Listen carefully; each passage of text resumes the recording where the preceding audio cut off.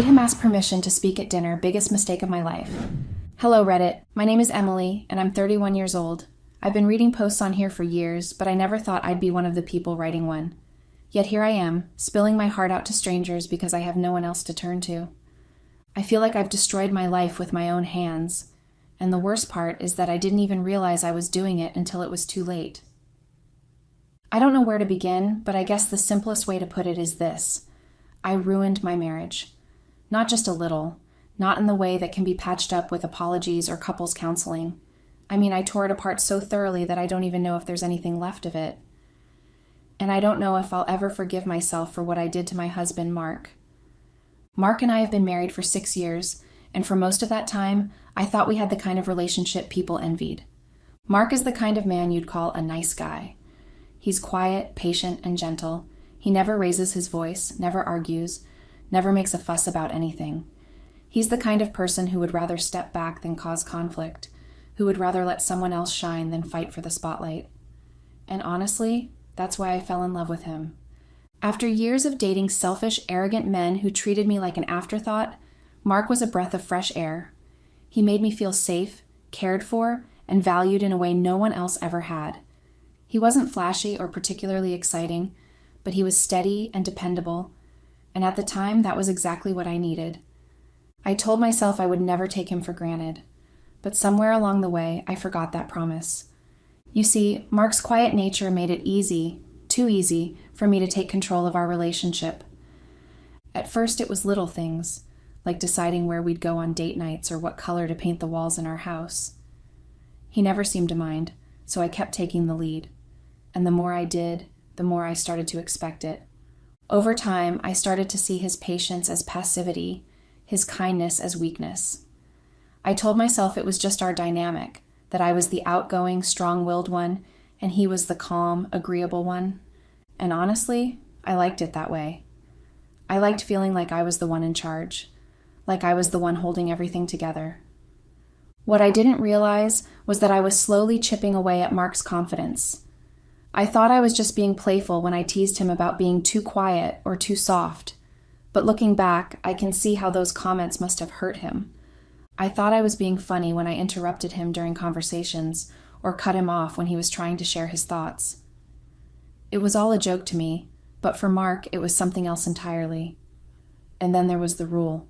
God, I cringe just thinking about it now. It started as a stupid joke during a dinner party with friends.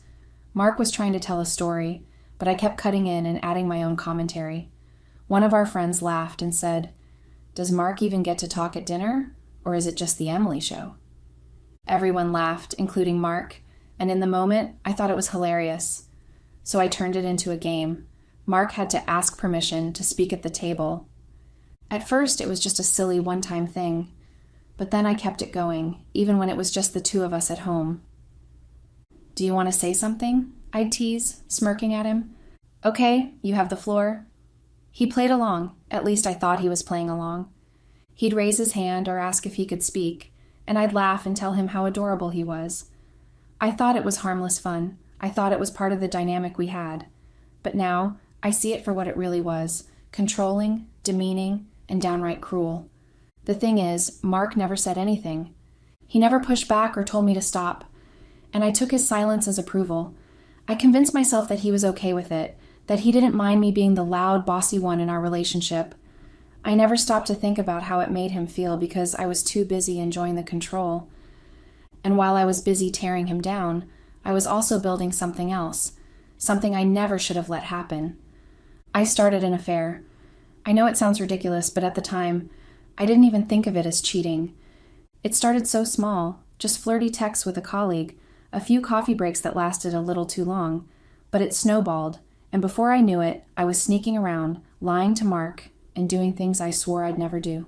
I thought I was so clever, so untouchable. I thought Mark would never find out. But the thing about quiet people is that they notice everything, and Mark was paying attention. He knew what was going on long before I realized it, and he waited. He waited until the perfect moment to confront me. And that moment? It came at a family dinner, one I had planned to show off just how perfect we were as a couple. It was supposed to be my shining moment, a way to prove to everyone that I had everything under control. Instead, it was the moment my entire life fell apart. I'm writing this now because I need to get it off my chest.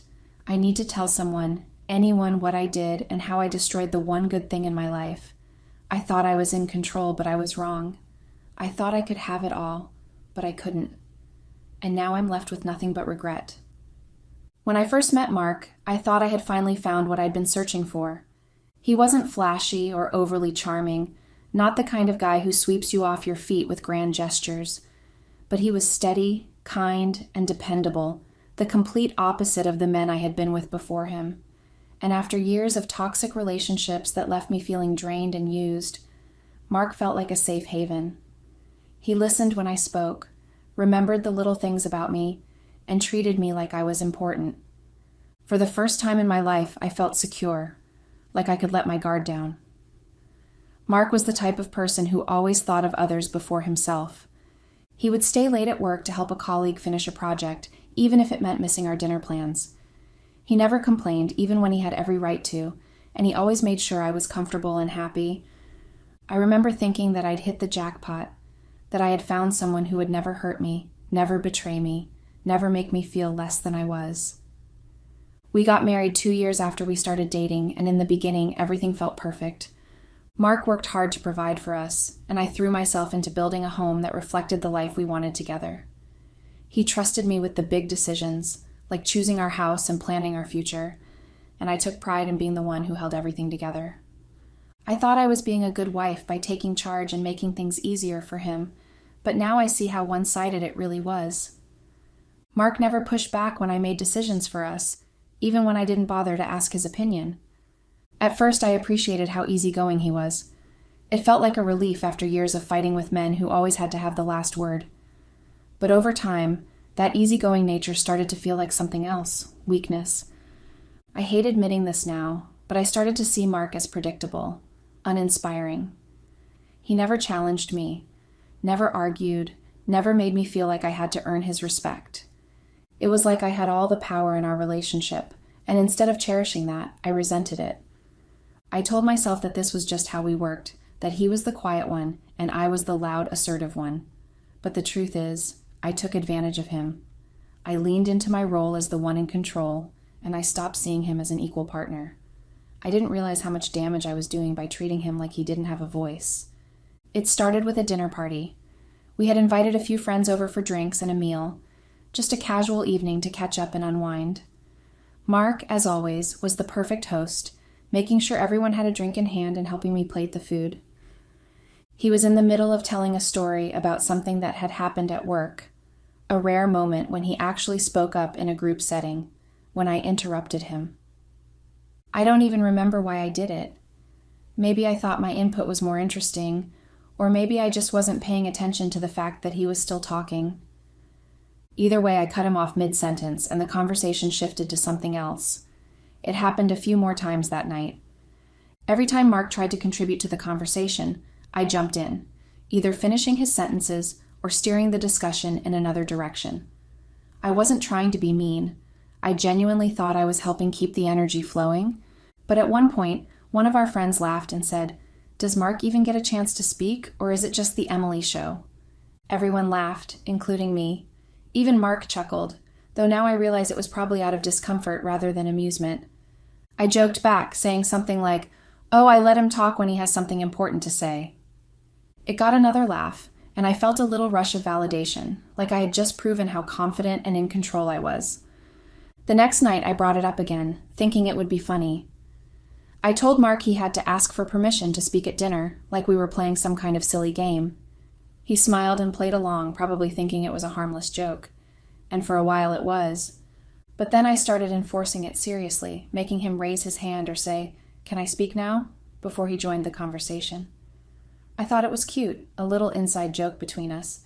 I didn't realize I was chipping away at his dignity every time I made him do it. What I saw as playful teasing, Mark saw as humiliation. Instead of telling me how he felt, he stayed quiet, letting the resentment build. I didn't know it at the time, but I was planting the seeds of our downfall. It's hard to pinpoint exactly when things with Ryan started. He was a colleague of mine, someone I worked with closely on a few big projects.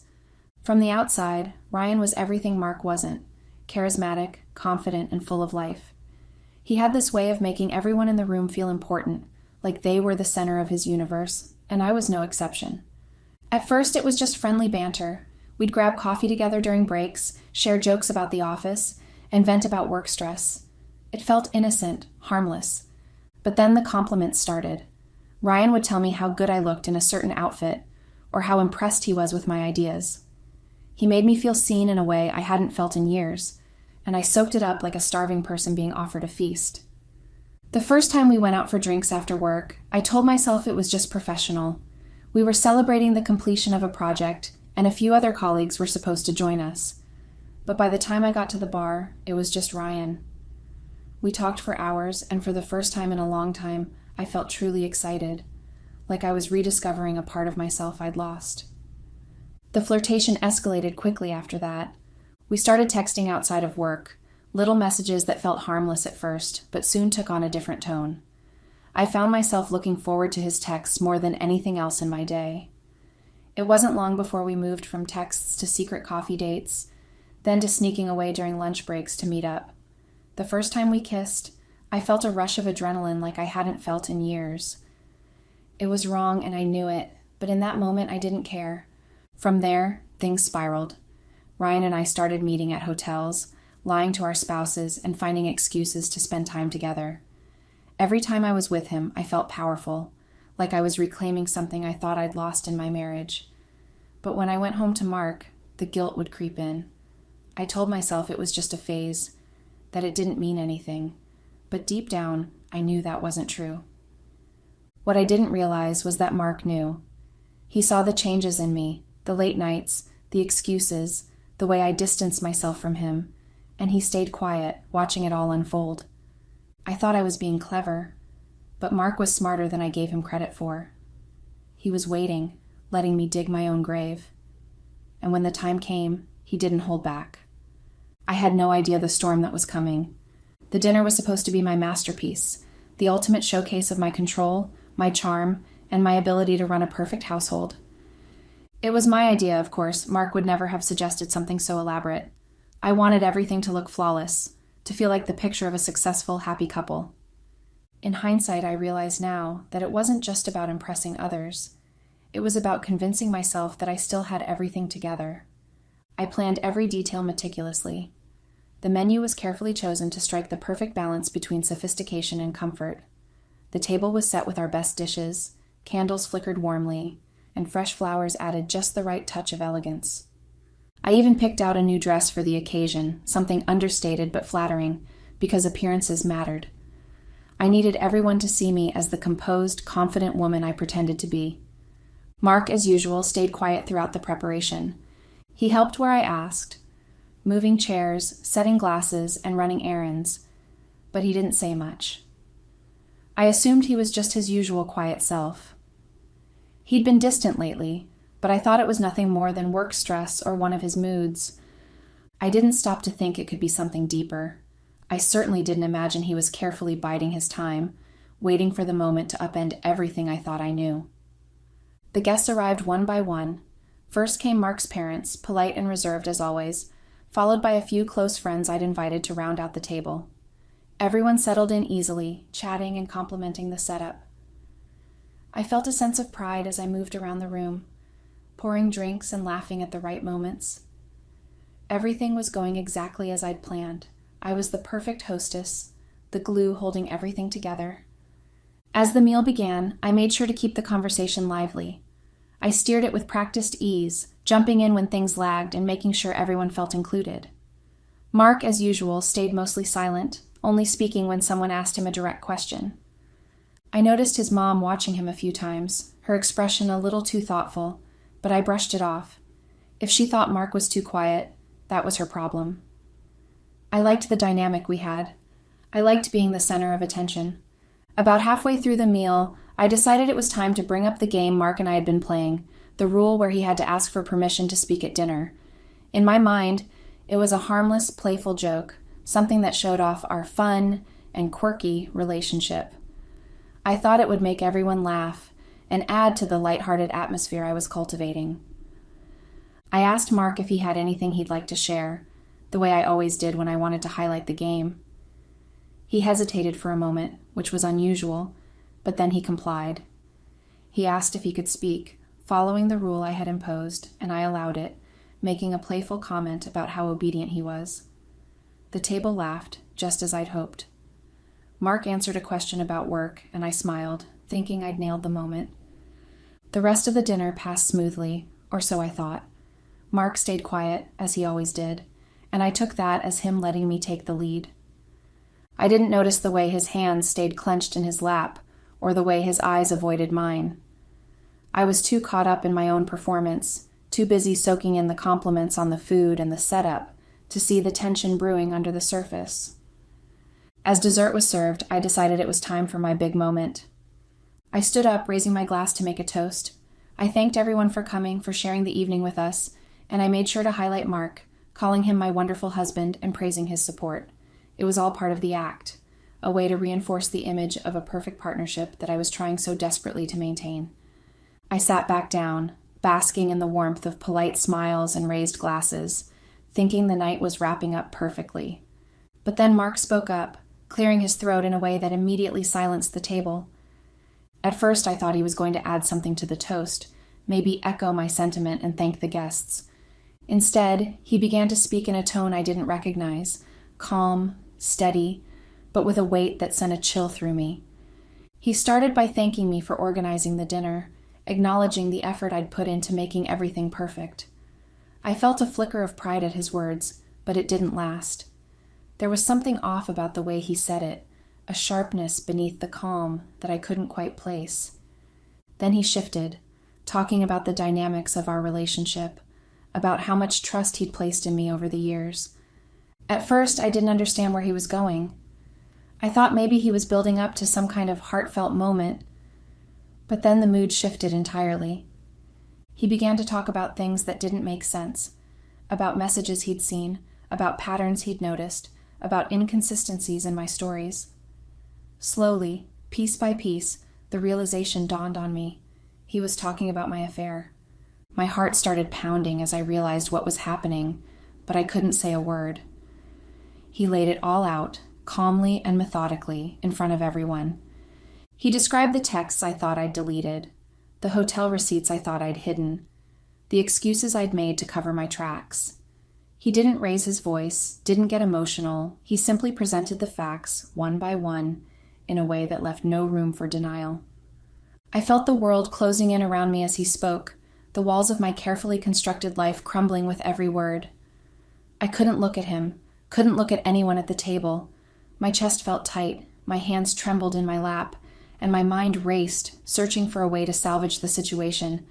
But there was nothing I could do. He had all the proof, and he wasn't holding back. When he was finished, the silence was deafening. No one said a word. Mark stood up, thanked everyone for coming, and walked out of the house without looking back. I sat there, frozen, as the weight of what had just happened settled over me. The perfect evening I had planned, the image I had worked so hard to maintain, it was all gone, shattered in an instant. The room stayed quiet for a long time.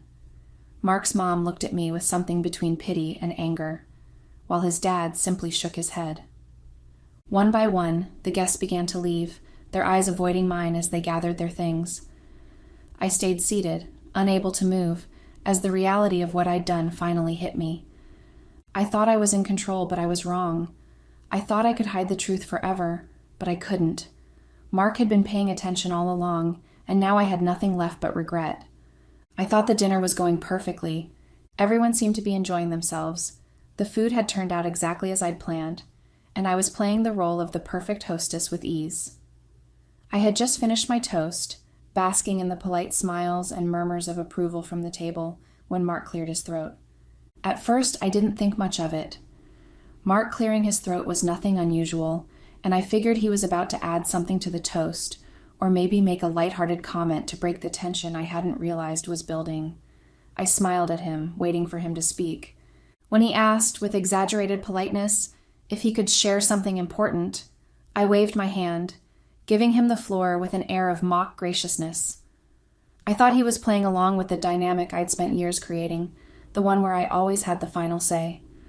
I leaned back in my chair, still riding the high of my performance, expecting Mark to say something complimentary about the dinner or our life together.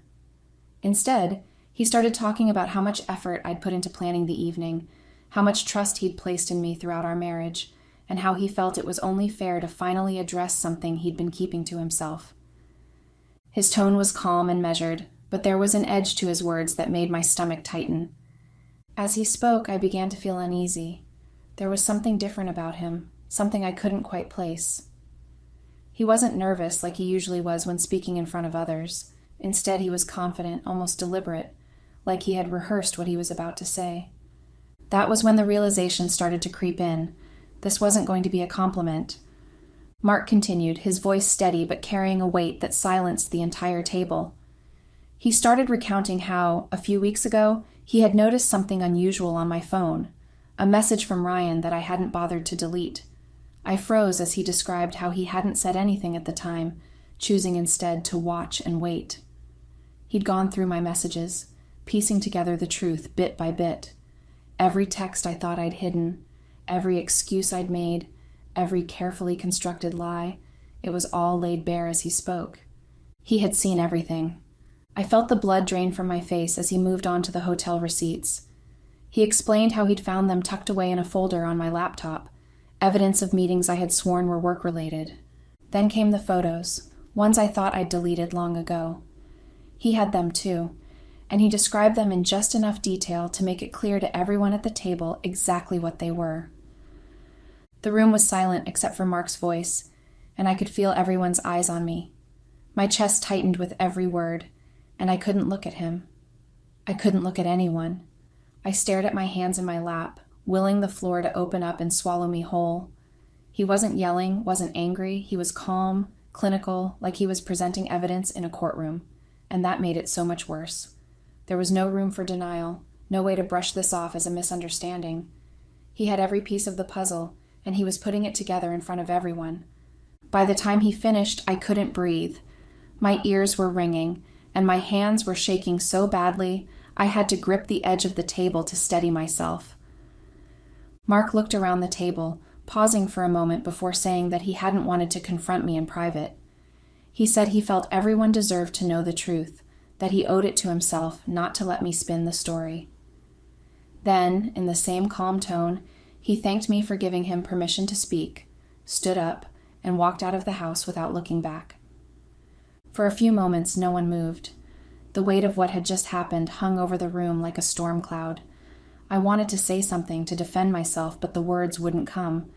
My mouth felt dry, and my mind was racing, trying to come up with an explanation, an excuse, anything to make this less catastrophic than it was. Mark's parents were the first to react.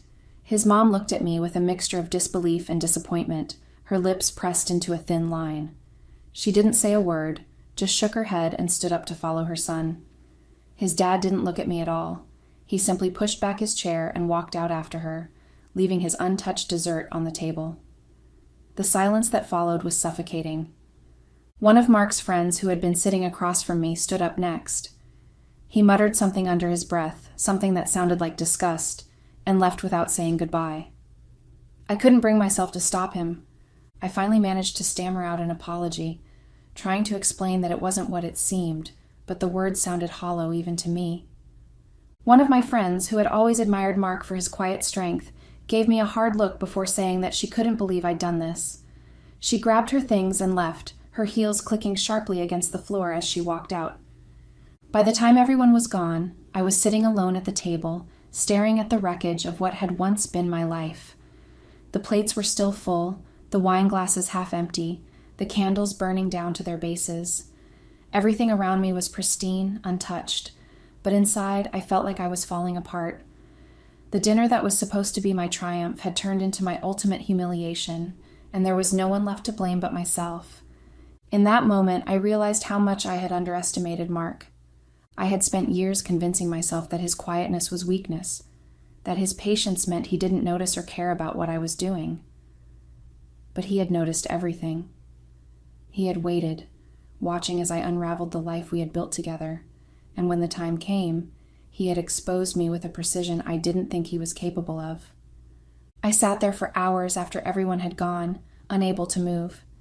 The house felt emptier than it ever had before, and the weight of what I'd done settled over me like a crushing tide. Mark was gone, and I knew there was no coming back from this. I had destroyed the one thing in my life that truly mattered, and now I was left with nothing but the ruins of my own choices. It's been a week since the dinner, and I can't stop replaying it in my mind. Every moment, every word Mark said, keeps circling in my head like a nightmare I can't wake up from. I've been sitting here in the house, our house, trying to make sense of everything, but all I can feel is this overwhelming emptiness. Mark is gone, and I don't even have the courage to blame him for leaving. How could I? I gave him every reason to walk away. I underestimated him. That's the part that keeps hitting me the hardest. I spent years convincing myself that Mark's quietness was a weakness, that his patience meant he didn't notice or care about the things I did. I thought he was too passive to ever stand up to me, too mild to push back against the control I wielded so easily. But I was wrong. Mark wasn't weak. He was strong in ways I never understood, strong enough to watch me unravel our marriage without saying a word, to gather every piece of evidence, and to confront me in a way that left no room for denial or deflection. I thought I had all the power, but in the end it was Mark who held the cards. And he played them in a way I never saw coming. After he left, I spent hours sitting at the dining table, staring at the mess I had created. The plates were still on the table, the food untouched, the candles burned down to nothing. The house felt cold and silent, and I realized how much of that silence had been filled by Mark's presence. It wasn't just the physical absence that hurt. It was the realization that I had destroyed the one person who had truly loved me, who had put up with my flaws and selfishness because he believed in us. And for what? A fling with Ryan? A man who couldn't even bother to care about me beyond the surface level. At the time, the affair had felt thrilling, like I was reclaiming a part of myself that had been lost in the monotony of marriage. But now, in the harsh light of reality, I can see it for what it really was. Hollow, meaningless, and selfish. Ryan never loved me. He never saw me the way Mark did. He was just as selfish as I was. And the moment things got complicated, he ran. I've tried calling Ryan since the dinner, but he hasn't answered. At first, he sent a few vague texts saying we'd figure it out and that he needed time to process everything. But now, nothing. He's ghosted me completely. I can't even be angry at him because I know this is exactly what I deserve. I used Mark, and now I'm being discarded in the same way. Mark's patience wasn't weakness. It was love. The quiet love that showed itself in 100 small ways I never appreciated. The way he always made sure my favorite coffee was stocked in the pantry. The way he'd wait up for me when I came home late. The way he'd let me have the last word in every argument because he cared more about my happiness than his own pride. I took all of that for granted. I mistook his kindness for passivity and his silence for ignorance. But now I see that Mark wasn't silent because he didn't care. He was silent because he cared too much to destroy what we had. And I destroyed it anyway. Update. Hello, Reddit. It's been a month since the dinner, and Mark still hasn't spoken to me. He moved out the night it happened and has been staying with his parents ever since. I only know that because I heard it from a mutual friend. Mark hasn't contacted me directly. I've tried calling, texting, even showing up at his parents' house once, but he wouldn't come to the door. The silence is unbearable, but I know I have no right to demand anything from him. I've heard through the grapevine that he's consulting a divorce lawyer. The thought of it makes me feel like I'm suffocating, but again, I can't blame him. What I did was unforgivable, and Mark isn't the type to let himself be treated like a doormat forever. Still, the idea of losing him completely makes me feel like I'm unraveling. As for Ryan, he's gone, completely. After the dinner, he sent a few half-hearted texts about how he needed time and how this wasn't what he signed up for. Then he stopped responding altogether. I've called him, messaged him, even tried stopping by the coffee shop where we used to meet, but it's like he's vanished. I feel used, discarded, and empty in a way I've never felt before. And honestly, I deserve it. I used Mark in the same way. I threw away his love for the sake of a fleeting thrill, and now I'm left with nothing. Even my friends have started distancing themselves. My sister told me outright that I deserved what happened, that I'd made my bed and now I had to lie in it. Sophie, the one who used to egg me on and laugh at my jokes about Mark, hasn't returned my calls in over a week. It's like everyone has finally seen me for what I am, and they want nothing to do with me. The house feels unbearably empty without Mark. Every corner of it reminds me of him, of us, of what we had, and every time I think about how I threw it all away, I feel like I'm drowning. Update. Reddit, this is going to be my last post here. Everything has finally crashed in my life. Mark has officially filed for divorce. I got the papers yesterday, and seeing his name on that line, next to the words citing infidelity, broke something inside me. I knew this was coming, but I still wasn't ready for it. I've spent the last 24 hours rereading our wedding vows, trying to understand how I let myself forget what they meant. How did I let myself destroy something that was so precious, so irreplaceable? I've thought a lot about Ryan in the past few weeks, about how our relationship was built on lies and escapism. It was never real. It felt exciting at the time, but it was a shallow kind of excitement, the kind that fades as quickly as it came. I thought Ryan was giving me something I was missing in my marriage, but all he did was distract me from the truth, that what I had with Mark was real. It was steady, it was quiet, and it was love in its purest form, and I threw it away for nothing. I haven't heard from Ryan since the dinner. I suspect he's already moved on, probably to someone else who can give him the attention. I can't anymore. It hurts to admit it, but he was never going to be there for me the way Mark was. I see that now. If there's one thing I've learned from all of this, it's that you should never take someone's love for granted. Mark was the best thing that ever happened to me, and I destroyed it because I couldn't see past my own ego. I let my boredom and selfishness blind me to the quiet, steady love of a man who truly cared for me. To anyone reading this, don't make the same mistake I did. Don't let your pride or your need for control ruin something beautiful. If you have someone in your life who loves you quietly, who shows you kindness in small, everyday ways, hold on to them, cherish them, because once they're gone, you'll never get them back. And trust me, the regret will stay with you forever. I know I'll regret this till I die. Goodbye, Reddit.